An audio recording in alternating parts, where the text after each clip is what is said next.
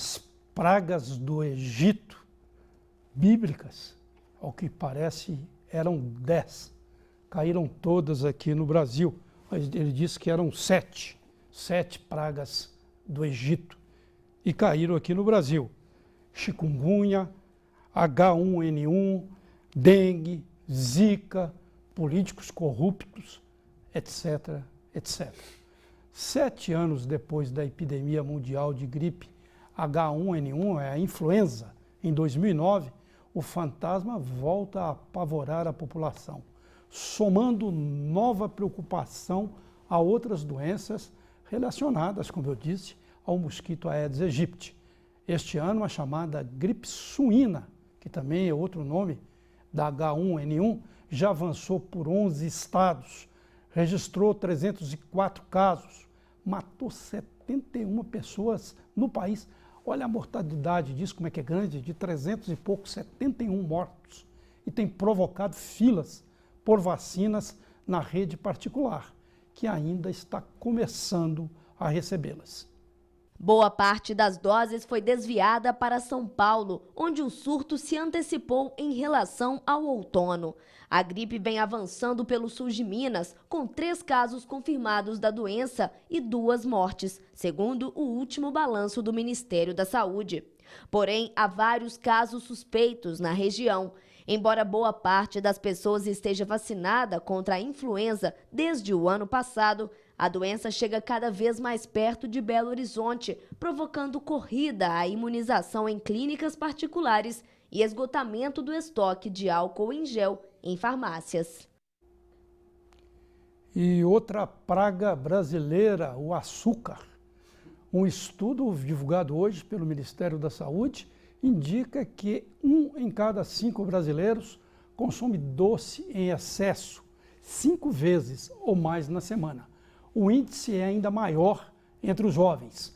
28,5% da população entre 18 e 24 anos tem alimentação com muito açúcar. O diabetes, segundo o levantamento, atinge atualmente 7,4% da população adulta do país, contra 5,5% registrado em 2006. Os dados fazem parte da pesquisa Vigilância de Fatores de Risco e Proteção para Doenças Crônicas por Inquérito Telefônico e foram divulgados em razão do Dia Mundial da Saúde, lembrado hoje. O estudo monitora fatores de risco para doenças crônicas, atualmente responsáveis por 72% das mortes no país. Os números mostram também que, apesar do avanço do diabetes no país, as internações provocadas por complicações da doença diminuíram 11,5% nos últimos 5 anos. Muito açúcar, mesmo que adoce a boca, entope coração e veias. E a partir do dia 15 de abril, os funcionários de creches e de escolas municipais de Belo Horizonte não vão mais poder comprar a merenda oferecida nas instituições. Segundo a Secretaria Municipal de Educação, a alimentação escolar será oferecida apenas aos alunos, por causa da crise econômica. A merenda é custeada, em parte, pelo Programa Nacional de Alimentação Escolar, com recursos financeiros que variam entre 30 centavos e R$1 diários por aluno. Segundo a Prefeitura de Belo Horizonte, os valores são os mesmos praticados desde dezembro de 2009, gerando uma defasagem de 46,80%, que se refere à inflação acumulada por 6 anos. Ainda de acordo com a PBH, a maior parte do custeio das refeições fica por conta do município. Coitados dos funcionários, vão ter de levar marmitex.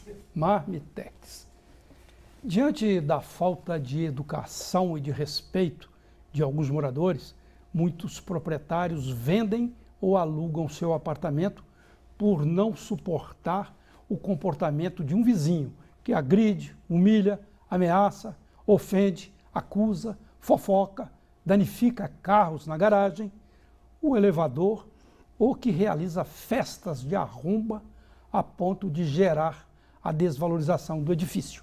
Diante dessa realidade, vários condôminos tem contratado os profissionais da área jurídica para retificar a convenção e assim criar uma situação jurídica que permita multar o infrator. Prazer em receber aqui Kênio Pereira, que é da diretoria da OAB e presidente da Comissão de Direito Imobiliário. Boa noite, tudo bem, Kênio? Boa noite, Barroso. Prazer todo meu. Tudo bem com você, né? Tudo bem, graças a Deus. Quer dizer que esses condomínios têm até festa de arromba, mortes, danificação de automóveis. Isso aí vira uma... Nem sei a palavra. Qual que é a palavra que você daria? Uma barbárie, tem hora, uma questão, vamos colocar assim, inimaginável. Acontece realmente agressões nos condomínios, a mídia noticia um caso ou outro, mas vemos no dia a dia situações de homicídio, a pessoa perder a paciência. Até o homicídio.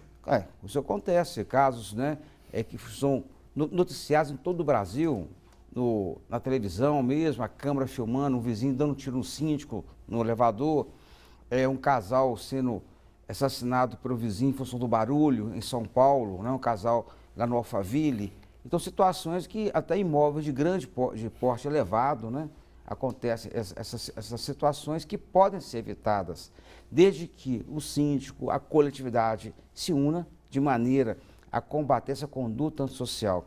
O que acontece na prática, o brasileiro ele é pacífico, mas só que tem uma pessoa ou outra desequilibrada no condomínio. Mas não é muito pacífico não, viu? São dezenas e dezenas de mortes nas periferias das cidades. Mas são casos... E no condomínio também parece que não existe ninguém pacífico. Mas o que acontece, um ponto, Barroso, é o seguinte ponto, a seguinte questão, quer dizer, é que quando acontece um ato, vamos colocar, violento no condomínio, é porque a pessoa perdeu a paciência. Então, quando eu falo que é pacífico, porque o que é comum, em 90% dos casos, as pessoas de bem, as pessoas que querem paz, elas vendem o apartamento, alugam o apartamento. Eu tenho uma imobiliária, vou colocar aqui sem fazer propaganda. Já aconteceu o caso do locador entregou o imóvel para alugar e o inquilino, a imobiliária alugar, e passado algum tempo o inquilino fala assim, não suporto morar nesse prédio. E acaba que o próprio proprietário, por uma questão de consciência, ele isenta o inquilino de pagar a multa, porque ele mudou de lá em função disso. Então tem edifícios em que as pessoas realmente preferem mudar do prédio do que enfrentar aquela situação. Às vezes até para economizar com a não contratação de um advogado, com a não contratação de um especialista para alterar a convenção, como você colocou bem, é possível ratificar a convenção, alterar a convenção, colocando multas pesadas. E tem decisões do Tribunal de Justiça, né, de vários estados no Brasil, permitindo até inclusive a expulsão ou a exclusão do condomínio, ou seja, o direito de propriedade não é absoluto. Então aquela pessoa proprietária, ela tem que usar o apartamento de acordo com a sua função social, para morar, para, né, usufruir do apartamento. E não existe lei que autorize a pessoa a usar a propriedade de forma nociva, para agredir a vizinhança. Então, quando eu falo o seguinte, a maioria dos moradores, né, é pacífica, é tranquila, mas realmente há situações tão gritantes que a pessoa perde a paciência, aí vai até para a via de fato. E acontece uma tragédia. Sai no braço, sai no tiro, né? Isso Mas acontece. olha essa lista aqui, eu até peguei o papel aqui, agressões, humilhações, ameaças, ofensas, acusações, fofocas, danificações de carros, etc, etc. Isso parece que nem é um condomínio, né? Você estava falando outra palavra aí. É um condemônio. Condemônio. Vira inferno. Vira um né? inferno. E tem pessoas que realmente procuram advogados já desesperadas. Palavra boa, condemônio. Então, procura de repente um advogado especializado para exorcizar o condomínio. O advogado especializado seria o exorcista. Do condomínio, de maneira a alterar a convenção. Isso é a única maneira de solucionar esse impasse? E é eficaz. Né? Então, tem situações que esse especialista ele vai no condomínio, há uma orientação para que as pessoas venham se unir para inibir aquele ato antissocial, inibir aquela situação daquela pessoa que parece que quer perturbar todo mundo.